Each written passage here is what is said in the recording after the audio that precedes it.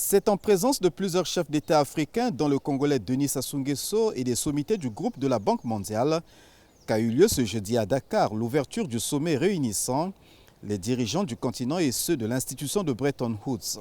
Cérémonie marquée par 3 moments forts. D'abord, le visionnage du film sur les actions de l'Association internationale de développement, en sigle IDA en Afrique. Ensuite, l'intervention du directeur général des opérations de la Banque mondiale.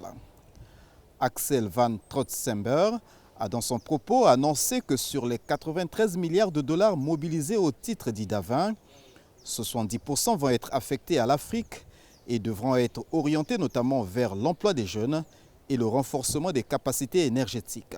Aussi a-t-il appelé à une meilleure utilisation de ces ressources. Et puis le président sénégalais Macky Sall qui lui aussi est revenu sur l'utilisation de ces ressources.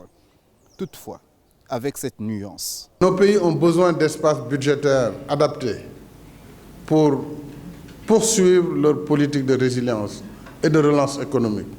Et pour cela, je voudrais au nom de tous les chefs d'État demander aux partenaires de l'IDA de ne pas considérer l'utilisation de ces ressources concessionnelles comme de la dette.